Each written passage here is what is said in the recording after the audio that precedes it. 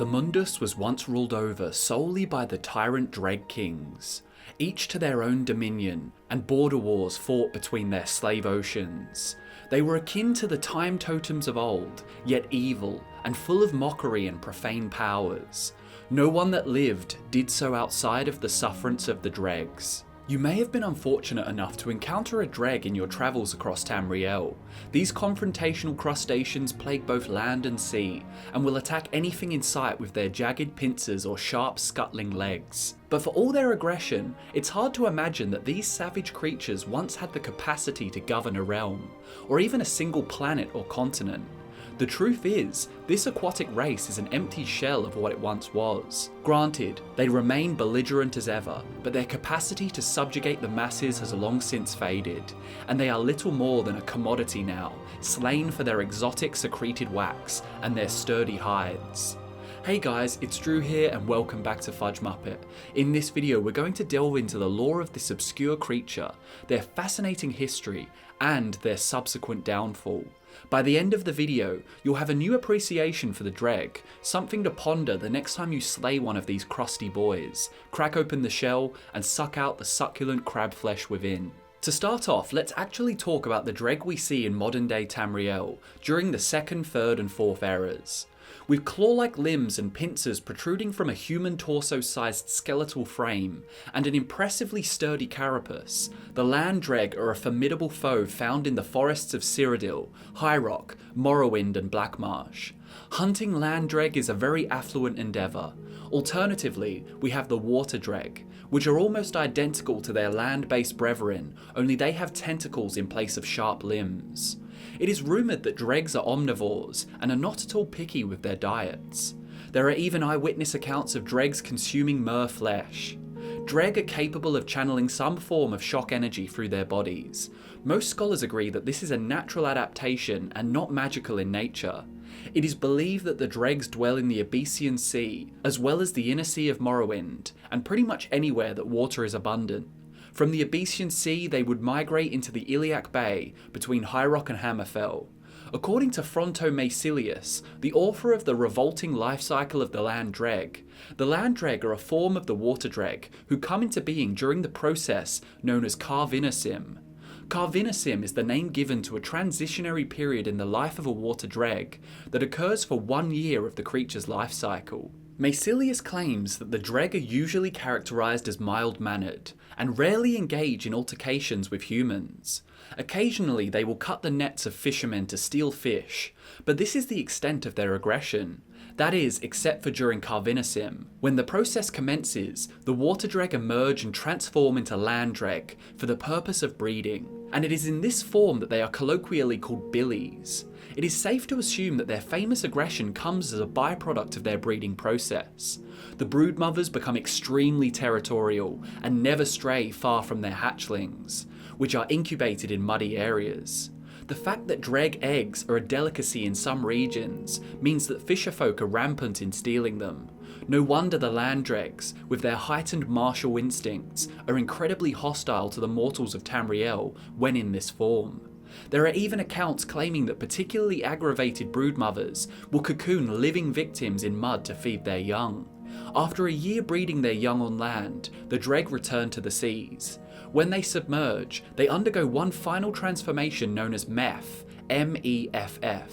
During this process, they devour themselves, digesting their land skin and air organs, and all body parts considered obsolete underwater. They then proceed to vomit the congealed remains as small fibrous spheres called grom. You've got to sympathise for Maecilius and his fellow researchers, who claim that aside from inducing bouts of severe queasiness, these repulsive balls serve no known alchemical purpose. Some conflicting sources claim the land and water dreughs are two distinct species, which would contradict the process of Carvinacim. However, I think the former theory is much more reliable, not only due to the immense detail in the research, but also because the latter sources state the following. Nesting habits are not well documented, but we do know that the land dreughs encase their egg broods in mud. Nothing is known about water dreugh nesting or egg-laying behaviour. If they were two distinct species, you'd assume that more would be known about the breeding habits of water dreugh. Arguably, it is more difficult to learn said habits as they dwell so deep in the ocean, but I'd wager Macilius's findings trump that of our unknown alternate source. Anyway, thus far the dreugh appear to be little more than overgrown irate mud crabs. So what on Nirn was I insinuating at the top of the video when I said that they were once tyrant kings? Well, those were the words of the notorious leader of the Mythic Dawn, Mankar Cameron, in his commentaries. And they were far more than just inane ramblings. In fact, his claims are even supported by Vivek in his 36 lessons. The 36 lessons of Vivek includes 37 lessons total for eccentric reasons unknown to me. But what's interesting is, he makes reference to the dregs in the very first sermon, when he wrote, "Then I am through the Netchman's wife into the ocean water, where dregs took her into castles of glass and coral." Supposedly, these feral crustaceans once held dominion over intricate crystal and coral castles, and in the 28th sermon, we learn even more. Vivek chronicled the following: "When the dregs ruled the world, the Daedroth prince Molag Bal had been their chief. He took a different shape then, spiny and armoured and made for the sea. If Mankar Cameron is to be believed, it was not only Molag Bal who was involved when the dregs ruled the realm of Mundus, but also his own lord, Mehrunes Dagon.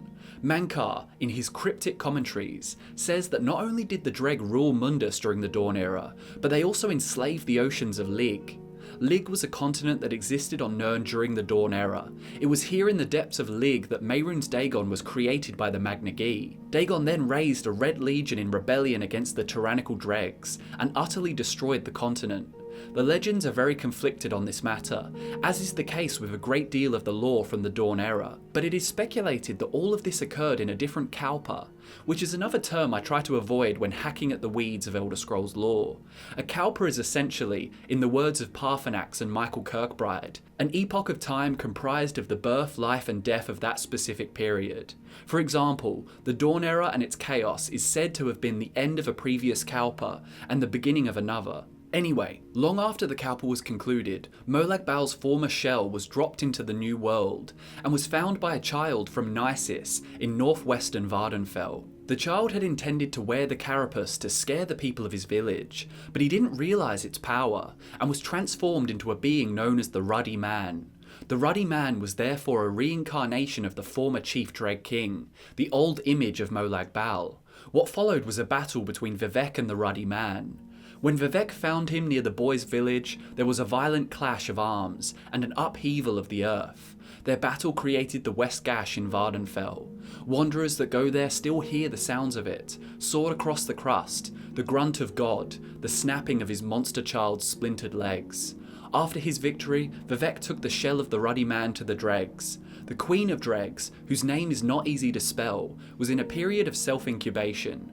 Her wardens took the gift from Vivek and promised to guard it from the surface world. Only the Ruddy Man appeared 10 years later, and Vivek was once again forced to defeat him. This time, Vivek was not so magnanimous in victory. Instead of returning the shell to the dregs, he gave it to the devout and loyal mystics to be made into armour. Another source, the book titled The Pilgrim's Path, states that this set the precedent for the Dunmer to use dreg hides in the crafting of armour thereafter. As with practically all the information we have on the once intelligent dreg tyrants, sources contradict each other left, right and centre. But there are a couple of very important things to take away from all that obscure lore. Firstly, we understand now that back in the Dawn era, the dregs had underwater kingdoms, coral castles inhabited by dreg queens, and entire oceans enslaved under their rule. We can surmise from this, and Vivek's encounters with the race, that they were in fact sapient, intelligent, and dominant.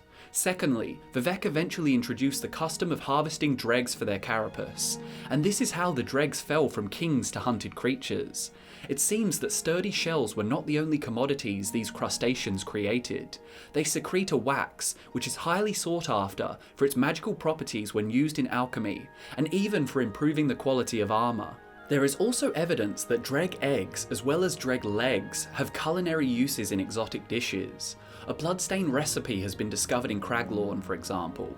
Combine this with dreg armour, which the Dunmer endorse for its remarkable strength and medium weight, and you can see why the dregs were in danger of going extinct if they couldn't escape areas inhabited by men and mer. The Dunmer, with the blessing of Vivek, were by far the biggest culprits of hunting dregs. In fact, Kirkbride stated that Nyx hounds, those quadrupedal arthropods found all over Morrowind, were actually created for the sole purpose of hunting dregs. It is century after century of relentless hunting that was the catalyst for the destruction of their once prosperous civilization and their devolved intelligence. Perhaps somewhere deep down on the ocean bed, the intelligent dregs still reside in their coral kingdoms, afraid of being driven to extinction by the Dunmer. But just as the Dwemer drove the Falmer snow elves into forced devolution, the Dunmer destroyed the legacy of the dregs. But alas, unlike the Falmer, killing a dreg will provide you with a delicious meal, a valuable alchemical resource, and a formidable new suit of armour.